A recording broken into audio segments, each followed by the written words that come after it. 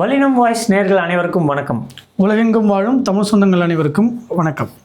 So இன்னைக்கு என்ன பார்க்க போறோம்னா பட்ஜெட் அறிக்கை முதல் முறையாக தாவேக அரசாங்கம் வந்து இப்போ முதல் முறையாக தமிழ்நாட்டில் பட்ஜெட் போட்டிருக்காங்க. நிதிநிலை அறிக்கை தாக்கல் பண்ணியிருக்காங்க. ஸோ அதை பார்க்கறதுக்கு முன்னாடி சப்ஸ்கிரைப் பண்ணுங்க.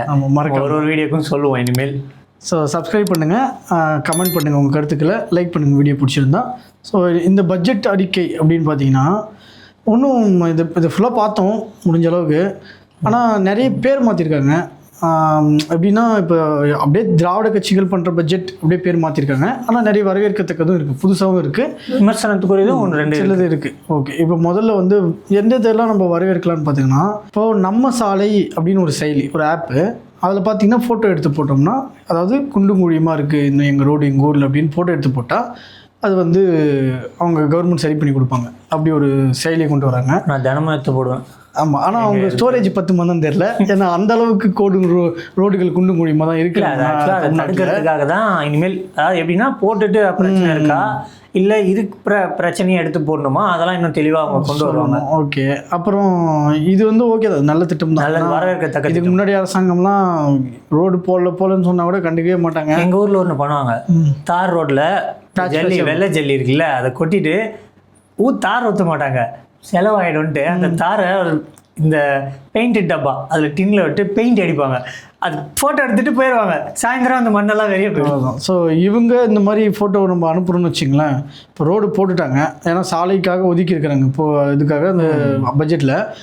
அதெல்லாம் போட்டுட்டதுக்கப்புறமா எங்கேயாவது குண்டு மூலியமாக ஏற்பட்டுருச்சு இல்லை சரியாக போடலை அப்படின்னா நம்ம ஃபோட்டோ எடுத்து அனுப்புனோம்னா சரி பண்ணுறாங்கன்னு பொறுத்து இருந்து பார்ப்போம். இது வந்து ரெண்டாவது நம்ம இது ரெஸ்டாரண்ட்டுக்கு ரிவ்யூ கொடுக்குற மாதிரி கிட்டத்தட்ட வரும். ஆமாம், இப்போ அது நம்ம திரும்பி அப்டேட் பண்ணுவோம். அப்டேட் வருமா அதில் ரெடி ஆகிடுச்சு என்னன்னு பார்க்கணும். அதெல்லாம் கொஞ்சம் டெவலப். அதே மாதிரி ஒருவேளை சரி ஓகே ஆனால் ரோடு போடலைன்றதை மென்ஷன் பண்ணி தான் போட்டதாக சொல்கிறாங்கன்னு இப்போ நம்ம திருவண்ணாமலையில் வேலூர்லாம் பண்ணாததை செய்யாததை செஞ்சுன்னு சொல்லிலாம் கணக்கு அமைச்சிருக்காங்க. அதனால தான் கேஸ்லாம் போயின்னு இருக்குல்ல. அந்த மாதிரி பண்ணாங்கன்னா அதுக்காக ஆக்ஷன் எடுப்பாங்களான்றதையும் பார்ப்போம். அதுவும் பொறுத்து தான் பார்ப்போம். அதாவது அந்த ஆப் வந்து ரொம்ப சிறப்பாக கொண்டு வர இருக்கா இல்லையா, போட்டிருக்காங்களா, அது பிரச்சனை இருக்கா, அப்லோட் ஆயிடுச்சா, அதாவது அது ரொம்ப தீவிரமாக ரொம்ப சிறப்பு மிக்க வடிவத்தில் அது ரோடு போடுவாங்க. ஆனால் குவாலிட்டி கம்மியாக போடுவாங்க. எல்லாமே நல்ல தரமான பொருட்கள் வாங்கி திடமாக ரோடு போடுவாங்கன்னு சொல்ல முடியாது. அப்படிலாம் போன ஆட்சிகளில் நடக்கும். அந்த மாதிரி போட்டு போனாங்கன்னா 6 மாதத்தில் ஒரு மழை, அதாவது ரோடு போட்டு ஒரு மழை வந்தாலே போயிடும். அப்படி இருக்குதானும் பார்ப்போம். அந்த மாதிரி போடுறாங்களா, அதை சரி இந்த ஆப்பில் நம்ம அப்படி போனோம்னா போட்டுக்குள்ள நாள் தான் ஆகுது, அதுக்குள்ளே பள்ளம் ஆயிடுச்சு அப்படின்னு சொன்னால் அதை சரி அப்டேட் எடுத்துகிட்டு மாற்றுறாங்க. அதுக்கு கான்ட்ராக்ட் மாற்றுறதா இருக்கட்டும், இல்லை யார் யார் அந்த முறைகேட்டில் இருக்கிறாங்களோ அவங்க எல்லாத்தையும் கைது பண்ணுறாங்களா, இது எல்லாத்தையும் பொறுத்து வந்து கான்ட்ராக்ட் கேன்சல் ஆக்சுவலி நல்ல வரவேற்கத்தக்க விஷயம். இதெல்லாம் நடக்குமான்றது சந்தேகம் தான், பொறுத்து வந்து பார்க்கலாம். ஓகே, இதுவும் வரவேற்கிறது தான். அது அடுத்தது கூவமாறு அடையாறு, இதை வந்து நன்னீர் ஓடுற மாதிரி, நல்ல நீர் ஓடுற மாதிரி நன்னீர் ஆறா மாற்றுறது. போட்லாம் நம்ம பயணிக்கலாம். அதான் சென்னையில் இருக்கிற ஆறு, மூணாறு, நம்ம போட்லலாம் பயணிக்கலாம், சுற்றுலா தலமாக மாற்றுற மாதிரி. இப்படி சொன்னோன்னே மதராசப்பட்டினமும் அப்புறம் லண்டன் தேம்ஸ் நதி தான் ஞாபகம் வருது. ஓகே, அந்த மாதிரி மாற்றுறதாக அதுக்காக அதை சொல்லியிருந்தார் ஒரு கனவு திட்டம்னு. நீர்வளத்துறை அமைச்சர் புஷி ஆனந்த் கூட போய் மேம்பார்வை எடுத்துருந்தாரு. அதுதான் பார்த்துருந்தாங்க. மூலமா வந்து இதுக்கான பட்ஜெட் ஒதுக்கியிருக்காங்க. என்னன்னு பார்ப்போம். இதெல்லாம் வரவேற்கிறது, இதெல்லாம் சரி பண்ணணும் தான் நம்ம பல ஆண்டுகளாக சொல்லிட்டு இருக்கோம். இதை சரி பண்ணிட்டு அதே மாதிரி இப்போ மழை வரப்போகுது. ஸோ அதுக்கான இதுவும் பண்ணுங்க. ஏரிகள் கொஞ்சம் தூர் வாடுறாங்க. ஆமாம், இந்த விஷயத்துல அவங்க கொஞ்சம் கரெக்டாக இருக்க மாதிரி. தூர் வாரி கடலில் தண்ணி தேங்கிறது சீக்கிரமாக போய் கலந்துடணும். இங்கே தண்ணி தேங்கி சென்னை வந்து மூழ்காத அளவுக்கு பார்த்துக்கிறாங்களான்னு பொறுத்து இருந்து பார்ப்போம். இதுவும் வரவேற்கத்தக்க திட்டம் தான். தலைநகரம் தண்ணியால் மூழ்கிறதுனாலே பொதுமக்கள் கொஞ்சம் மகிழ்ச்சி அடைவாங்க. ஏன்னா அவங்க எல்லா வாட்டியும் வீட்டுக்குள்ளே தண்ணி வந்து நீச்சல் அடிக்கிற நிலைமை தான் இருக்குது. ஸோ அது மாதிரினாலே மக்களுக்கு வந்து அந்த மழை காலத்தில் ஒரு நிம்மதியாக இருக்கும், நம்ம வெளியே போக வேணாம், வீட்லேயே இருந்துக்கலாம் அப்படின்னு. ஏன்னா அந்த மாதிரி தான் இப்போ வரையும் நடந்துட்டுருக்கு. இந்த மாதிரி இது சாம்பிளாக சொல்கிறோம். இந்த மாதிரி நிறைய திட்டங்கள் வரவேற்கிற மாதிரி இருக்குது. ஓகே, ஒன்றும் பிரச்சனை இல்லை. நமக்கு அதை மடிக்கணினி கொடுக்குறாங்க, சைக்கிளோட இப்போ ஹெல்மெட் கொடுக்குறாங்க. இதுக்கு முன்னாடிலாம் சைக்கிள் கூட ஹெல்மெட்லாம் கொடுக்க மாட்டாங்க. இப்போ ஹெல்மெட், வாட்டர் பாட்டில்லாம் கொடுக்குறாங்க. இது ஸ்கூலுக்கு ஸ்டூடெண்ட்ஸுக்கு அந்த மாதிரி நிறைய பண்ணுறாங்க. அப்புறம் நிறைய அப்டேட் பண்ணுறாங்க, நிறைய திட்டங்கள் கொண்டு வந்திருக்காங்க பட்ஜெட்டில். ஸோ வரவேற்கத்தக்கது நிறைய இருக்குது தான், இல்லைன்னு சொல்ல. ஆனால் அதே மாதிரி காப்பி அடித்த மாதிரி, திராவிடத்தை காப்பி அடித்த மாதிரியும் நிறைய பண்ணியிருக்காங்க. எல்லாமே புதுசாக பண்ணிட முடியாது தான். அது இது மாதிரி நிறைய பண்ணுறாங்க இல்லையா. இப்போது இதோடைய பட்ஜெட்டோடைய ஒட்டுமொத்தமாக இதுக்கான பட்ஜெட் எவ்வளோ போட்டிருக்காங்கன்னா 3,50,27 கோடி. ஓகேவா பட்ஜெட்டு. நம்மளுக்கு எவ்வளோ வருவாய் வருதுன்னா 2,54,475 கோடி. பற்றாக்குறை எவ்வளோ வருது? 55,000 கோடிக்கு மேலே வருது. ஸோ பெரிய அமௌண்ட் ஆச்சுங்க அது. இது கடன் தான் வாங்கி ஆகிற மாதிரி இருக்கும். இதுக்கப்புறம் அடுத்த வருஷம் அதே மாதிரி 10 லட்சம் கோடியில் கடனில் விட்டுருக்காங்க. இவங்க இப்போ தான் வாங்கியிருக்காங்க, அது சரி செய்வாங்கன்னு நம்புவோம். இப்போ அதே மாதிரி இப்போ இந்த மாதிரி கடன் வாங்கி இந்த கடன் அடைக்கணும், ஆனால் நம்ம திரும்ப திரும்ப வாங்கிட்டு இருக்கோம். ஸோ இதே மாதிரி தொடராமல் இந்த பட்ஜெட்டில் வந்து தற்சார்பு பொருளாதாரத்தை நோக்கி தமிழ்நாட்டை கொண்டு போகிறதுக்கு ஏதாவது இருக்குமான்னு பார்த்தா எதுவும் கிடையாது. தற்சார்புனாலே விவசாயம் தான்.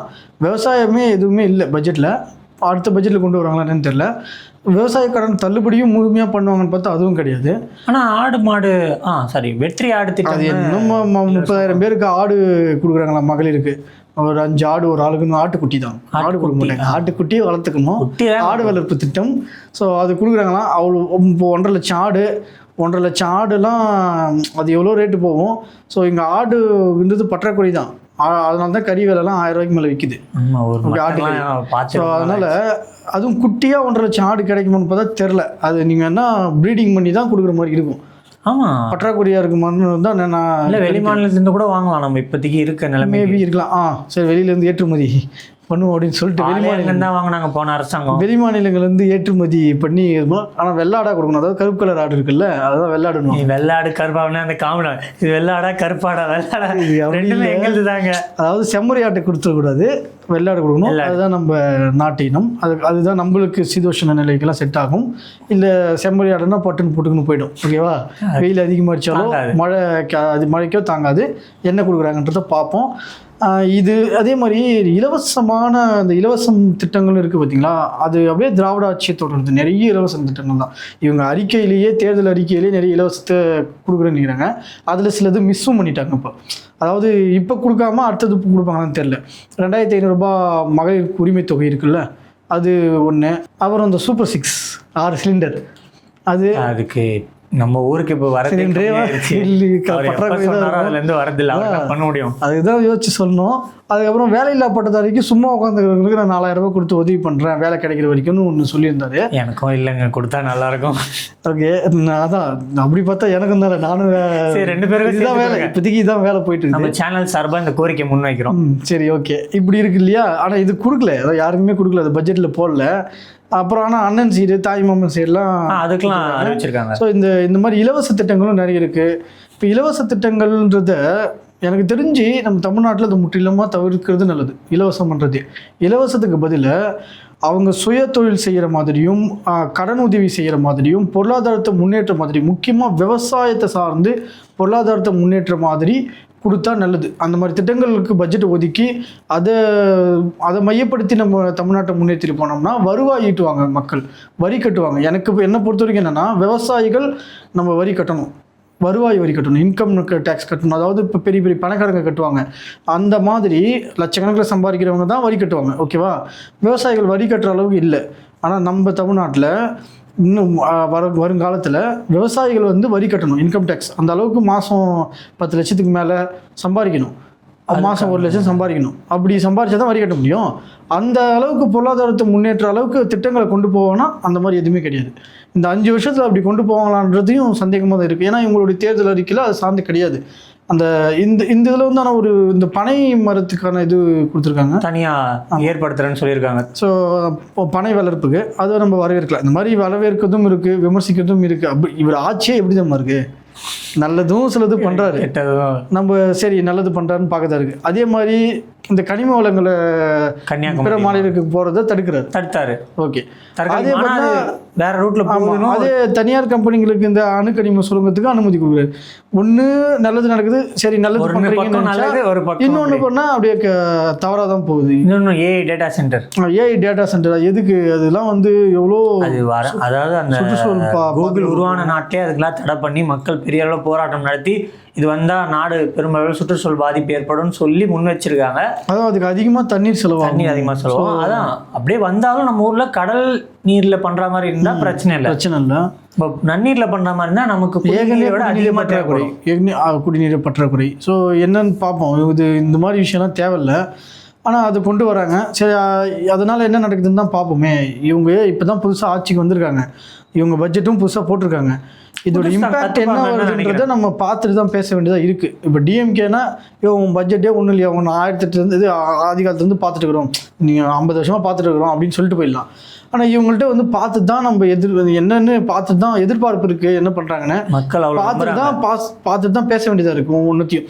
இப்போது ஒதுக்கீடுன்னு பட்ஜெட் ஒதுக்கீடுன்றது இருக்குல்ல, இதெல்லாம் திராவிட அரசாங்கம் எப்படி பண்ணும்னா ஒதுக்கீடுன்னு ஒதுக்கி அவங்க பாக்கெட்டுக்கு ஒதுக்குவாங்க. அதாவது நிதிக்கு ஒதுக்குவாங்க, அவங்க பேரில் நிதி இருக்குனால அவங்க எடுத்துப்பாங்க. ஆமாம், அவங்க நிதி குடும்பத்துக்கு போயிடும். ஸோ அந்த மாதிரி இருக்குமா, இது எப்படி இருக்குன்னு பார்ப்போம். இப்போ இவங்களுடைய அமைச்சர்கள் இவங்களுடைய சொத்துக்கள்லாம் எப்படி இப்போ தான் பட்ஜெட் ஒதுக்கியிருக்காங்க.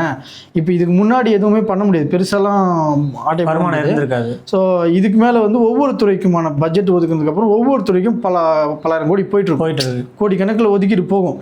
இப்போ அவங்கெல்லாம் மக்களுக்கு சேவை பண்ணுறாங்களா, தரமாக செய்கிறாங்களா, இல்லை அவங்களுக்கு ஒதுக்கிறாங்களான்றதை பார்க்கணும்.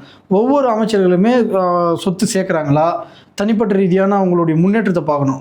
எவ்வளோ சொத்து குவிக்கிறாங்க எப்படின்றதெல்லாம் கவனிக்கணும். இதெல்லாம் கவனித்து தான் பார்க்க முடியும். ஏன்னா இப்போ தான் ஆட்சியே தொடங்குது.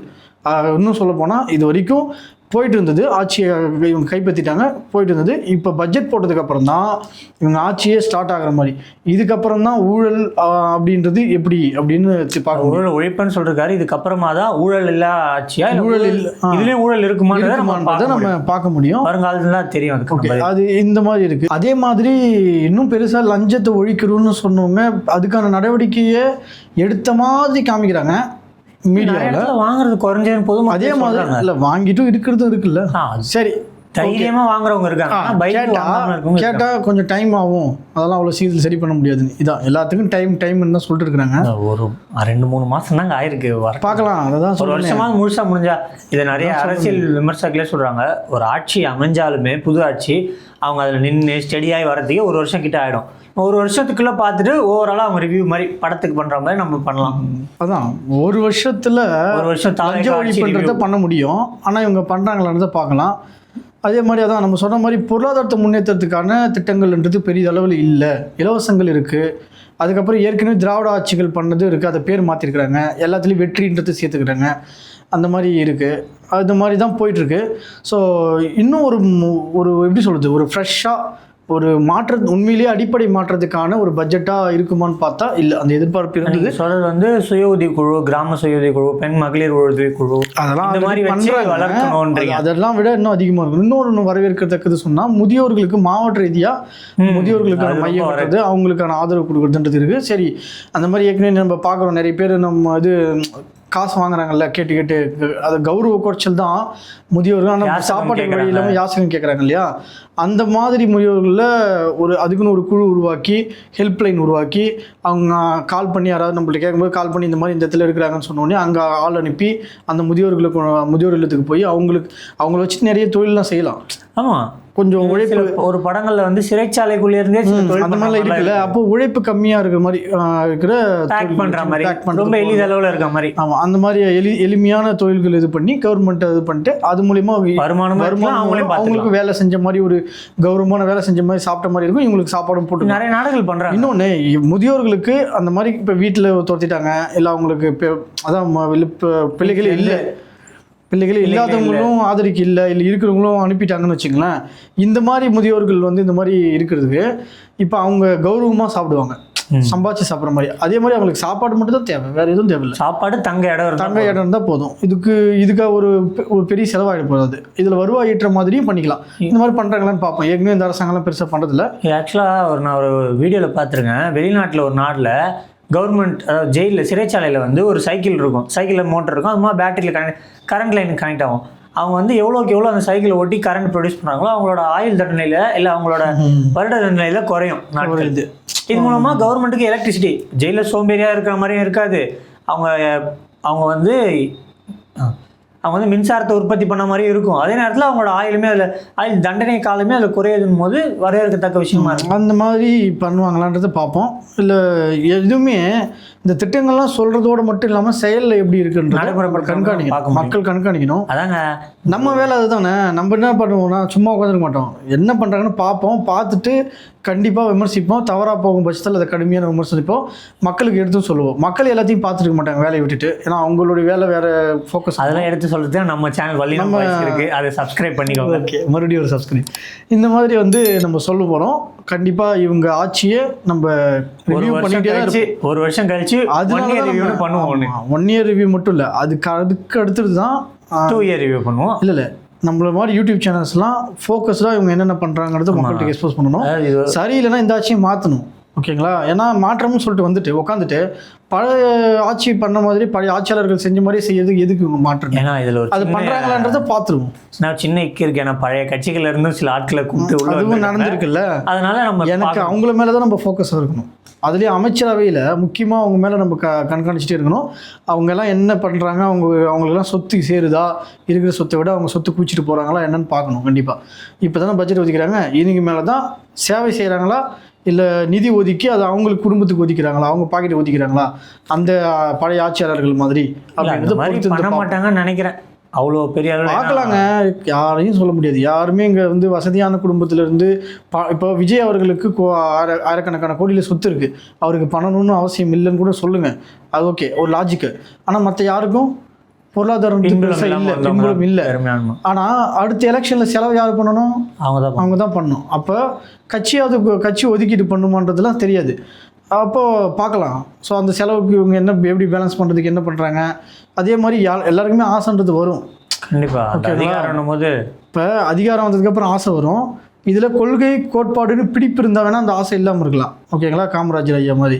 ஆனால் இவங்க அப்படி கொள்கை கோட்பாடோட பிடிப்போட ஆட்சிக்கு வந்தாங்களான்னா கிடையாது. கொள்கை கோட்பாடெலாம் இங்கே பெருசாக இல்லை. எல்லாத்தையும் மிக்சி மாதிரி கலந்து வச்சுக்கிறாங்களா. இப்போ இவங்க ஆட்சிக்கு வந்ததுக்கப்புறமும் நம்ம பார்த்துருக்குறோம் 1-2 நியூஸ் வருது. ஆனால் உறுதிப்பட இன்னும் தகவல் அதுக்குள்ள நிரூபிக்கப்படாத தகவல்னால நம்ம வெளிப்படையாக சொல்கிறது இல்லை. ஸோ கடந்து போகிறோம், பார்ப்போம். இன்னும் எதிர்காலத்தில் பார்ப்போம், பொறுத்திருந்து பார்ப்போம் இவங்க எப்படி ஆட்சி நடத்துகிறாங்கன்னு. பட்ஜெட் இப்போ வந்துருக்குது. பட்ஜெட்டில் வரவேற்கத்தக்க விஷயம் நிறைய இருந்தாலும் விமர்சிக்கிறதுக்கும் இன்னும் பெட்டராக பட்ஜெட் போட்டிருக்கலாம். ஏன் பழைய மாதிரியே போட்டுட்டு போகிறீங்க, ஒரு புதிய மாற்றத்தை உருவாக்குறதுக்கான பட்ஜெட்டை கொண்டு வாங்கன்னு தான் நம்ம சொல்கிறோம். ஸோ இதுதான் நம்ம கருத்து இந்த பட்ஜெட்டை பொறுத்த வரைக்கும். தாவேக்கா வந்து பட்ஜெட் அறிக்கை தாக்கல் பண்ணியிருக்காங்க. அது மூலமாக தமிழகத்துக்கு புதிய திட்டங்களும் நிறைய வந்திருக்கு. சில பழைய திட்டங்களை வந்து பேர் மாற்று கொண்டு வந்திருக்காங்க. ஸோ இன்னும் சிறப்பு மிக்க தற்சார்பு பொருளாதாரத்தை வளர்க்குற மாதிரி இருந்தால் மக்களுக்கு வந்து இன்னும் ரொம்ப உபயோகமாக இருக்கும்னு சொல்லி இந்த காணொலி முடிச்சுக்கோம். நன்றி.